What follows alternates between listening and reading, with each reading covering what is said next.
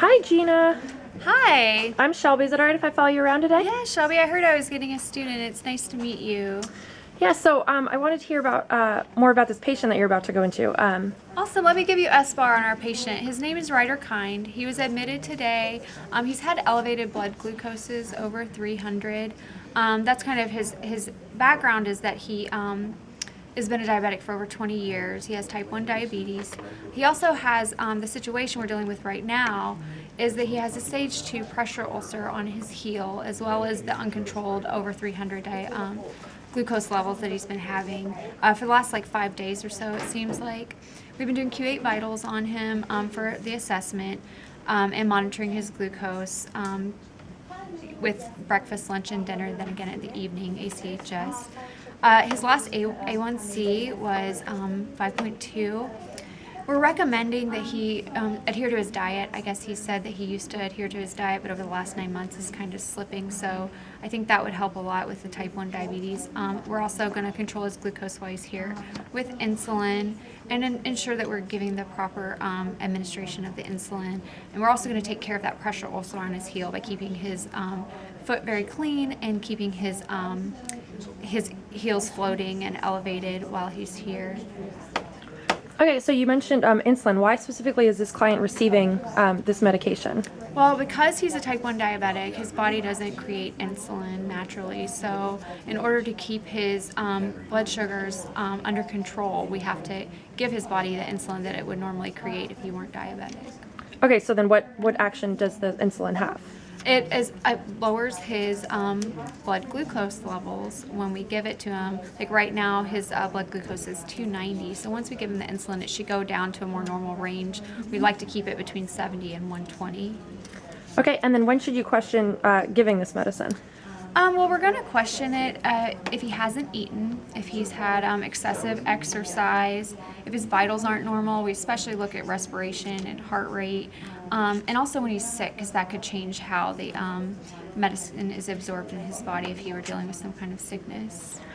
And does the medication have a therapeutic serum level?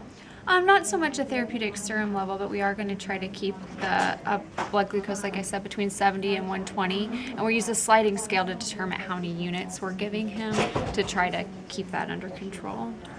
So what vital signs are we going to monitor after you give the medicine? After I give it, we're still going to deal with the Q8 vitals, but I'm going to go recheck his blood sugar. The peak with regular insulin that he's receiving is every 2 to 4 hours, so we'll check his sugar just to make sure that it's having the correct action and that he's not experiencing any hypoglycemia where it's going too low or where it's going back up, the hyperglycemia. Okay, and then what, you might have already mentioned, but what physiological parameters should we monitor when you're giving the medicine? I always want to check for side effects. Although he's been on insulin for 20 years, the likelihood is probably slim, but we'll always watch for anaphylaxis, hyper or hypoglycemia, confusion, headaches, and the normal vital signs. And of course pain with his foot condition. We just want to make sure that the pain's always being controlled as well. Okay, and then what interventions do we have to teach the client to ensure the medication is being administered safely in the hospital, and then also what interventions when he goes home? In the hospital, we're just going to continue to monitor the vitals. We're going to rotate the site of the injection so that we're not constantly going in the same spot. And the similar stuff at home, he needs to make sure he's having proper hygiene, that he's washing the area, proper administration of the insulin, and then obviously watching for any side effects and monitoring his sugar like he should be. Okay, so what you mentioned side effects. What are the side effects and potential adverse reactions? Anaphylaxis, hypoglycemia, confusion, headaches. Those are the main side effects we're going to deal with. Okay, and then how do we know that the medication is effective? It's going to lower the sugar. That's the main way we're going to know is that he's like right now has the 290 blood sugar. I would hope when I retake it that it'll be in a normal range within 2 to 4 hours. Okay, awesome. All right, can we get in there? Yeah, let's go give him the medication.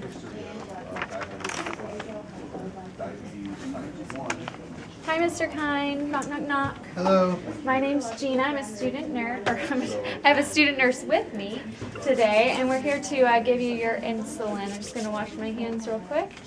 Can you tell me your name and date of birth? Sure. Be Ryder Kind. 67-year-old male. Awesome. So I'm going to give you your insulin. First, I'm going to check and make sure what we're getting. It looks like your blood sugar was 290 when they took it a little while ago. So based on your sliding scale, you're going to get 16 units of regular insulin. I have that here. I also have my syringe.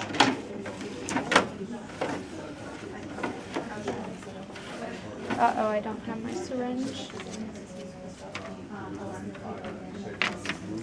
Turn away real. Go to the hand real quick. Okay. There's another room. Is it over here?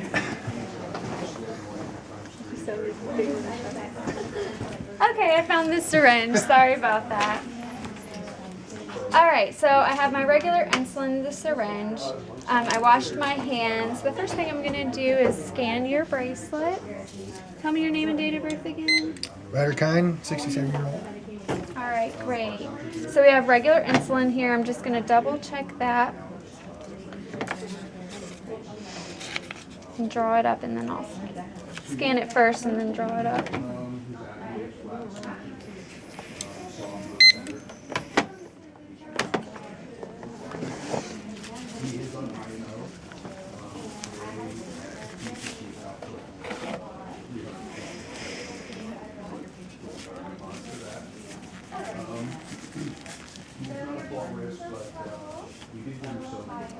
All right, because we're getting 16 units because your blood sugar was 290, the first thing I'm going to do is put in 16 units of air.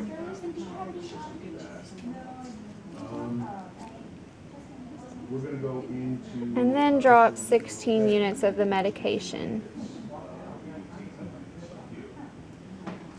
Can you confirm that that's 16 units? Yep, 1 past 15. And we're also giving regular insulin.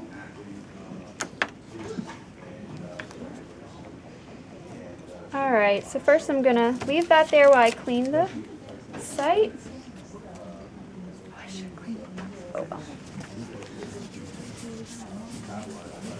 You always want to make sure you clean the site very well. My first semester nursing instructor said clean it like you mean it.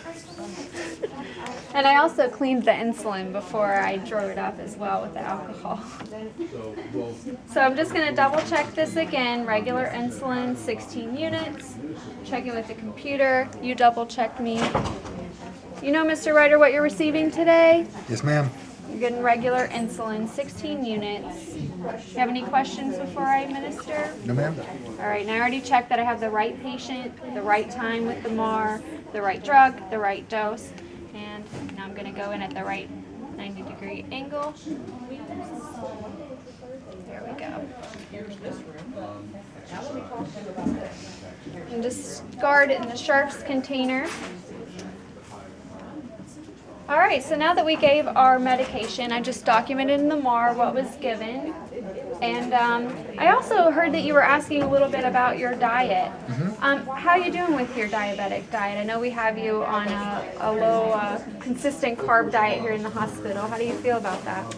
I'm good with that. Not a big fan of carbs. Oh, you're not? No. Good. Well, I heard you hadn't been sticking to your diet as well. So here's a banana. Oh, thank This is you. good for you. You want to eat a lot of healthy fruits and vegetables. Stay away from processed foods like canned goods and that kind of Donuts. stuff. Yeah, no more donuts. Okay. Because that'll help you control your insulin as well as getting yourself the injections.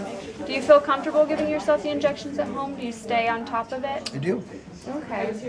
Well, hopefully you can continue to do good with that. Oh, I also printed off some more stuff about your diet and thank you. about safe insulin administration for you. Perfect. If you have any questions about that, let me know, okay? Absolutely. Thank you so much. Appreciate it. Thank you. Just gonna throw away my gloves, wash my hands.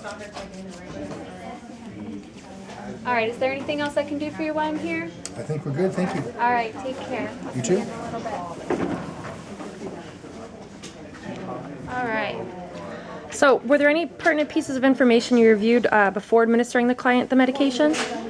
Well, I always double check the medication that I'm giving. I looked at his vitals. They were normal. His blood pressure, sometimes he does have high blood pressure, but it was 128/70. His heart rate was 76. He had 16 respirations, was totally normal, so no temperature, so I didn't see any concerns with administering the insulin, and yeah.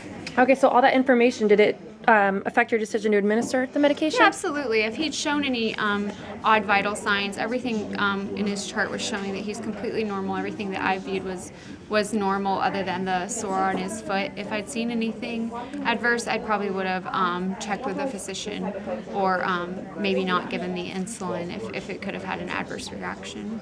Okay, so the normal vitals and all that, did that information affect how you administered the medication? Yeah, of course, you always look at that, and that because everything was normal, I did administer the medication. And yeah, if it hadn't been, I would have double checked, but it always affects how you do your job, and we'll go back and check in the next 2 to 4 hours and make sure that it worked properly and that his sugar's going down.